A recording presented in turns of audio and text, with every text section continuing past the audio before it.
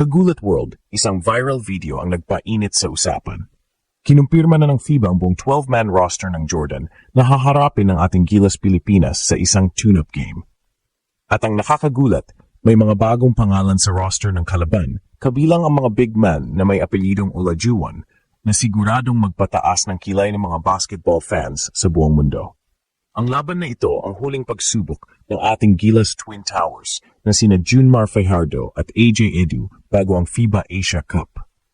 Kaya naman, marami ang nagtatanong, ano kaya ang mangyayari sa banggaan ng mga higante? Magkakaroon din tayo ng isang fearless forecast na sigurado gigulantang sa lahat. Huwag na mag-alala, Kagulat World, dahil sasabihin natin kung saan mapapanood ang matinding bakbakan na ito sa Courtside 1891. Handang-handa na ang ating Gilas na magbigay ng sorpresa. Kagulat World, may shocking revelation na ngayon na siguradong gigulantang sa lahat ng basketball fans. Opisyal nang inilabas ng FIBA ang buong 12-man roster ng Jordan na harapin ng Gilas Pilipinas sa kanilang huling tune-up game sa Jeddah, Saudi Arabia. Hindi lang ito isang simpleng listahan ng pangalan, Kagulat World, kundi ito ay isang blueprint ng kalaban na haharapin ng ating mga pambato. At ang pinaka-nakakagulat sa lahat, may mga pangalan sa roster na tiyak na mag-i-instill ng takot at paghanga sa parehong pagkakataon. Ito na ang huling pagkataon para sa Gilas na subukan ang kanilang galing at taktika bago ang Asia Cup. At napakasuwerte natin dahil alam na natin kung sino ang kanilang haharapin. Narito ang official na lineup ng ating Gilas Pilipinas. Gilas Pilipinas Final 12, Guards, Scotty Thompson, Chris Newsom, CJ Perez. Forwards, Jamie Malonzo, Calvin Oftana, Dwight Ramos, Kevin Quiambao, Carl Tamayo. Centers, Junmar Fajardo, AJ Edu, Japeth Aguilar. Naturalized player, Justin Brownlee. Ang kuponan ay isang perpektong balanse ng veterano at bagong henerasyon na may sapat na karanasan mula sa PBA at international level. Ang presensya ni Fajardo, Aguilar at Brownlee ay magbibigay ng matinding liderato habang ang mga batang tulad ni Ramos, Quiambao at Edu ay magdadala ng bilis at lakas sa court.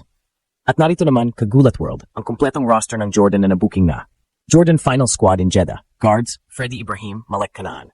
Forwards, Dar Tucker, Rauhi Zaid Kilani, Yazan Al-Tawil, Ahmad Al-Hamarsha, Khaled Aboud, Hashim Abbas. Centers, Abdullah Olajuwon, Abdul Rahman Olajuwon, Faris Mucharbakh, Yusef Abuazane. Ang Jordan ay may malalakas na big men at matatalinong guards na kayang mag-execute ng plays.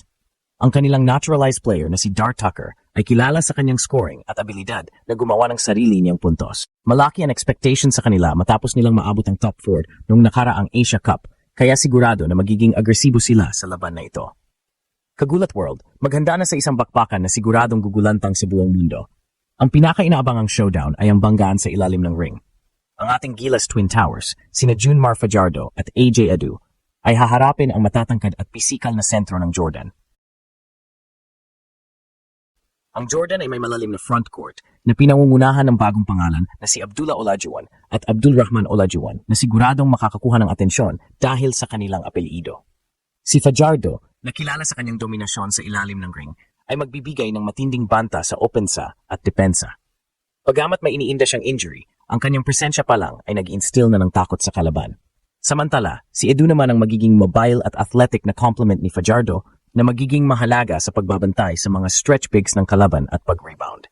Ang tandem na ito ay masisira ang opensa ng Jordan, lalo na't nakasalalay sila sa kanilang mga sentro. Ikalawa, ang bakbakan sa guard at forward positions ay magiging critical. Ang ating naturalized player na si Justin Brownlee ang magiging focal point ng Gilas offense. Ang kanyang all-around game, pag-score, pag-assist at pag-defend ay magbibigay ng malaking problema sa depensa ng Jordan. Makatulong din sa kanya sina Dwight Ramos na kilala sa kanyang versatility at abilidad na mag-score mula sa labas at si Scotty Thompson na siyang magiging energizer bunny sa court. Ang matchup nila kontra sa Jordan guards na sina Freddie Ibrahim at ang naturalized player na si Dar Tucker ay magiging isang chess match sa court. Ang kakayahan ng ating guards na depensahan ng mga kalaban at gumawa ng opensa sa fast break ang magiging susi sa panalo ng Gilas. Ang forecast ay pabor sa Gilas. Bagamat malakas ang Jordan, mas kumpleto at buo ang team chemistry ng Gilas ngayon. Hindi na sila papatalo sa pisikal na laro at tiyak na gagamitin nila ang bilis at pagiging athletic ng kanilang mga players para masira ang depensa ng Jordan. Sa ilalim ng matalinong paggabay ni Coach Tim Cone, inaasahan natin na mas magiging matatag ang opensa at depensa ng Gilas. Handa na ang ating mga pambato na ipamalas ang kanilang galing at talento sa huling tune-up game bago ang Asia Cup. Kagulat World, sa matinding matchup na ito, ang ating fearless forecast ay malinaw. Gugulantangin ng Gilas Pilipinas ang Jordan at mananalo sila. Sa kabila ng lakas ng Jordan, ang Gilas ay mayroong kumpletong lineup at solidong preparasyon sa ilalim ni Coach Tim Cone. Ang chemistry ng team na pinagsama ang karanasan ng mga veterano at lakas ng mga bagong dugo ay magbibigay sa kanila ng bentahe. Ang presensya ng Twin Towers na sina Fajardo at Edu ay magbibigay ng proteksyon sa ilalim ng ring, habang si Justin Brownlee naman ang magiging sandata sa opensa. Ang mga role players tulad nina Oftana at Ramos ay magpapakita ng kanilang husay sa pag-score at depensa. Ang Gilas ay siguradong hindi napapatalo sa pisikal na laro at gagamitin nila ang kanilang bilis at abilidad para dominahin ang laban. Kaya saan nga ba mapapanood ang Gilas vs Jordan tune-up game? Mahalagang malaman na ang Courtside 1891, FIBA's official platform, ay nag-aalok ngayon ng live at on-demand coverage ng key tune-up matches, kabilang na ang laban ng Jordan at Pilipinas. Kailangan nyo lang mag-subscribe sa kanilang Max Pass para mapanood ito ng live o on-demand. Iba pang posibleng broadcast options.